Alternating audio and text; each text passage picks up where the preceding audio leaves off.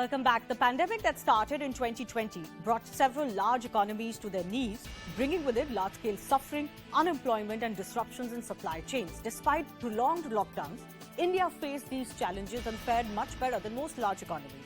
Remember, the government had launched a 20 lakh crore rupee economic package under the Atmanirbhar Bharat Abhiyan at the height of the pandemic in mid-2020, making it quite clear they want to use this crisis as an opportunity.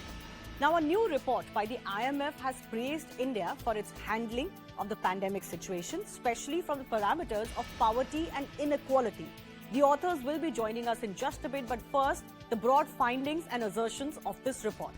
The Pradhan Mantri Garib Kalyan Yojana prevented a rise in poverty in India. That is extreme poverty, where the purchasing power parity of a person per day is less than $1.9, which was under 1% in 2019, remained at the same level even during the pandemic year.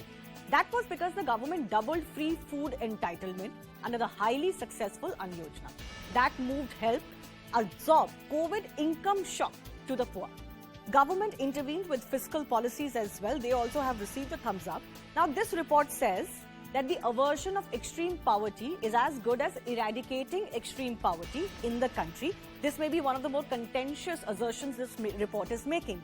The report is also recommending that India moves the purchasing power parity line for extreme poverty from $1.9 per day per person to $3.2 per day per person. Now, this Garib Kalyan Yojana, which was launched in March 2020 under the Atmanirbhar Bharat plan, the Prime Minister last month announced that the scheme will now be extended till September 2022. Let's break down number-wise and see how these food subsidies came as a boon for the poor, in fact, for two-thirds of India. During the pandemic, there were as many as 84.6% households that availed these food subsidies out of the eligible households. The number was even larger when we talk about the rural households. The number was nearly 90% of all rural households. And as far as urban eligible households are concerned, as many as 77.3% of them got the benefits of these schemes. Now remember, this was a large, expansive drive that gave free food grains to as many as 80 crore people in India, so two-thirds of India. The effects of the success of the scheme were that also were lit in Uttar Pradesh, remember, becoming one of the big factors for the BJP's success. Now, this helped keep extreme poverty levels under 1%. That's the big assertion of this report. Same as pre-pandemic level of 0.8%. So, post-food subsidy inequality at 0.294 is now very close to its lowest level of 0.284 observed in 1993-94. This is all a bit technical. We'll, of course, break this down a little bit more with the authors of the report joining us. But let's compare volumes of rice and wheat provided under the PDS schemes during in comparison of the last 10 years. So under the UPA and under the NDA. You can see by the amounts that have been provided as food subsidy in 2020 in comparison to 2011, that there is in total, if you just put rice and wheat in lakh tons as the metric, it has increased by nearly 400 lakh tons between 2011 and 2020. That also gives you an idea of the sheer scale as far as this scheme is concerned. So we're going to take more of these questions that arise from this to our guests also joining us. We have Karan Bhasin, researcher and economist, Arvind Virmani, founding chairman, IGRO, Surjit Bhalla, executive director of the IMF, who are all joining us on the show. Let me go across to Arvind Virmani, who's joining us first up. I want you to break this down for us, sir. First of all, thanks a lot to both of you for joining us. But in simple layman terms, I want to understand from you, Mr. Virmani, how did this food subsidy be so crucial? Why was this so crucial in keeping poverty levels down and keeping inequality, as your report says, in check? So let me start by just clarifying a few background points that you made. One is that this is a research study. It is not an IMF report. Sure. It's a research done by one or more people at the IMF. Of course, I am no longer at the IMF. So it's a research study which went through a process of peer review, not a official administrative review. Okay, so that's quite different. So we will be judged, and we have been judged by the peers and will be in future. So Sure. I want to make sure that people understand this is an academic study or a professional study. The second point, before I come to your precise question, you must remember that this kind of what we call in-kind transfers have never been adjusted into the poverty. Poverty is based on surveys on expenditures which are actually made. So just to give you a very simple example, if wheat is subsidized by up to 80%, let's say just for a simple example, if it costs 100 rupees and you buy it at a PDS for 20, the normal surveys will just measure 20 and base the calculations of poverty on that 20. What we have done in this study is to add that 80, the value which actually the person gets, the total value 100, and use that to adjust the poverty levels, because he's getting that value of wheat.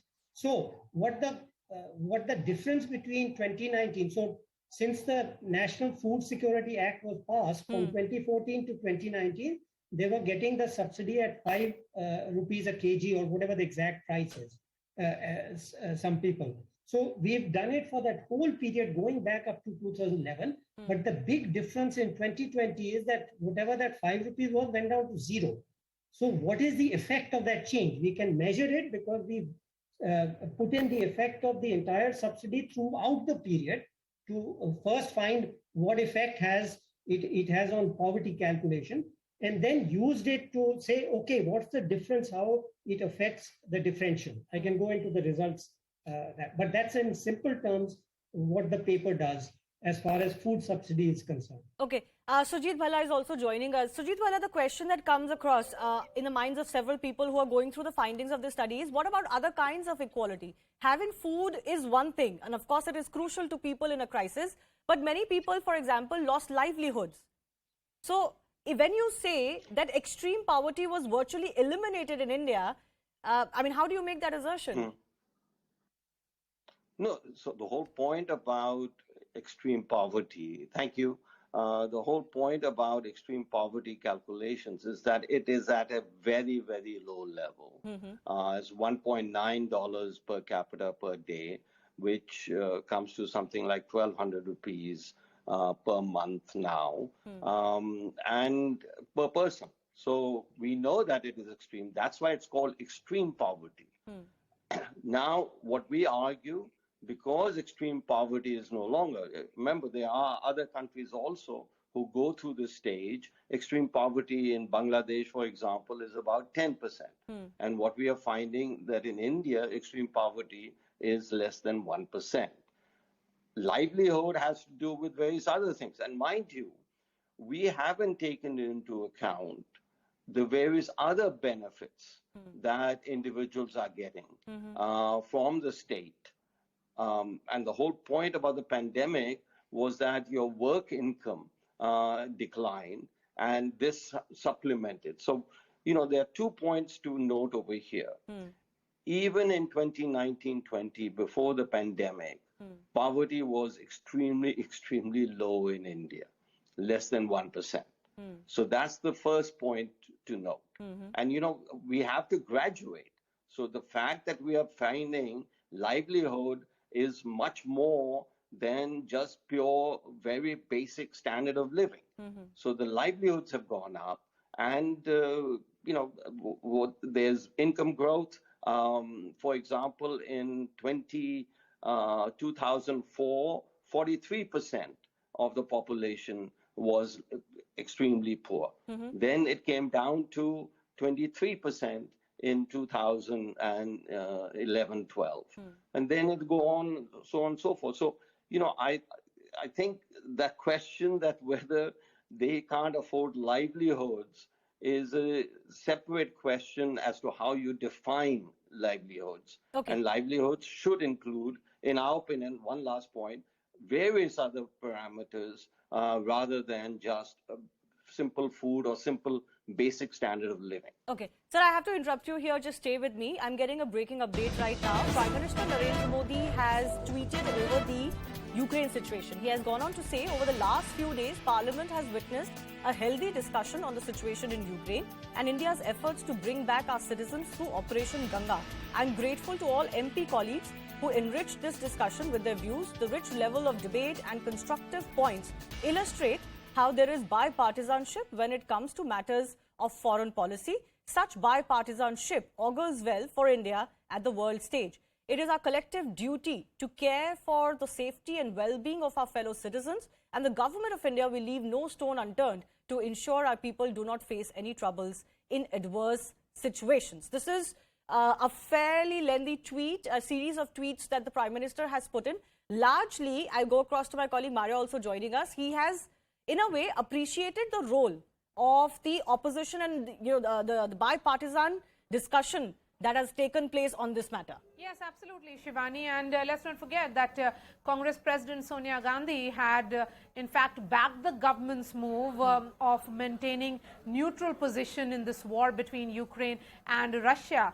So the Prime Minister saying that the kind of discussion that was there on the floor of the House is the larger reflection of how India has taken its position vis-a-vis foreign policy. When the Indian Parliament speaks in one voice, there may be difference of opinion, but it should not be on issues of foreign policy. And at the same time, the effort of that has been undertaken, that was undertaken, in fact, by India with regards to Operation Ganga, in which evacuation exercise, a mammoth evacuation exercise was undertaken. We did see 4 ministers going to neighboring countries of Ukraine for ensuring that the logistical challenges are really sorted out. All that and much more being appreciated by MPs from various states. All of them were talking about their respective, citizens of those states who were rescued and brought back.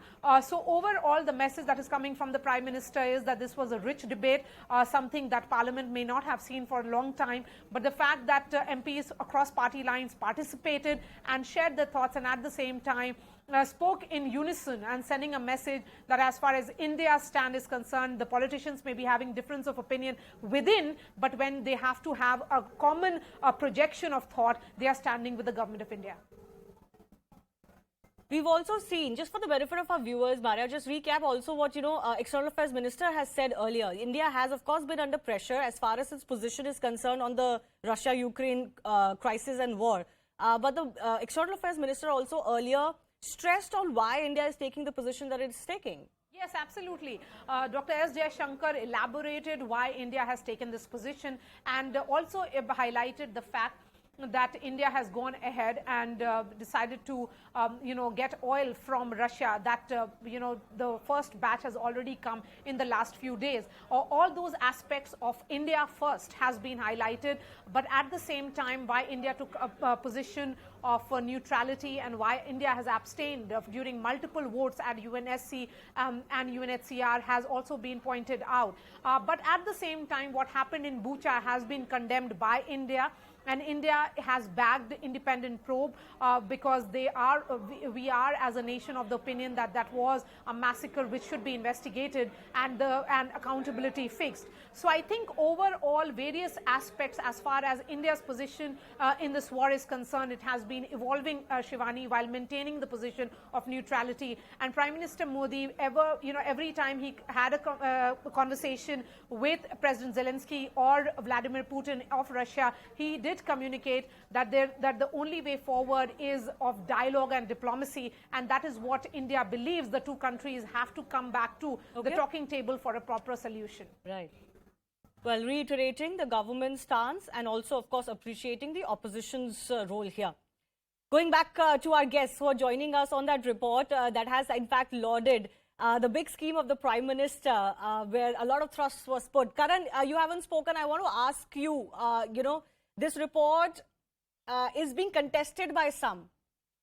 So what will you say to, those who may contest? And also the recommendation this report is making, as Surjit Bhalla said, that extreme poverty was already very low. It is continuing to be low. So the benchmark can now be increased from $1.9 to $3.2 per person per day. So can you quickly respond to both of those things? How landmark is that, as your report suggests?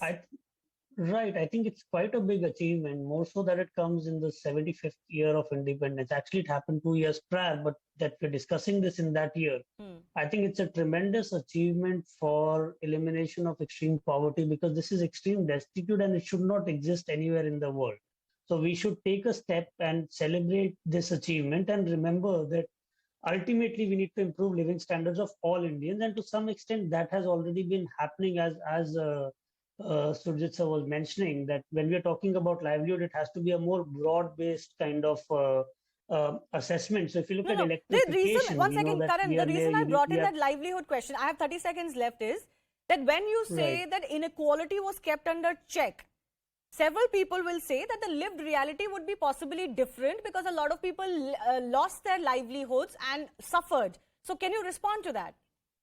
Right, but the thing that we need to keep in mind, and I keep coming back to this because a lot of people don't get this, that the COVID shock was a very temporary shock which existed during some months. And then, even if you look at the unemployment data, you see that unemployment levels start coming up and labor force participation rates start going up after the lockdown period, which is the immediate reopening period.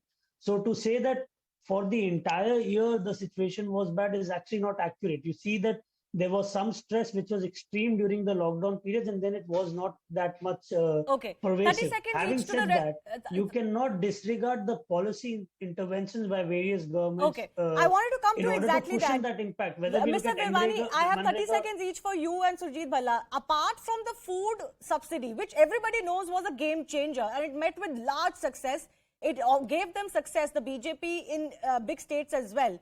What are the other factors that you feel helped India in absorbing the shocks of COVID better than most large economies? Very quickly, sir.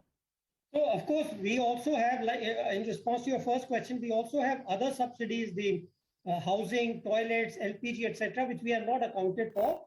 But those didn't change dramatically after the pandemic. So it won't make a difference from 2019 to 20, but they are still there and will be important when we measure poverty, the higher levels of poverty, if we switch over.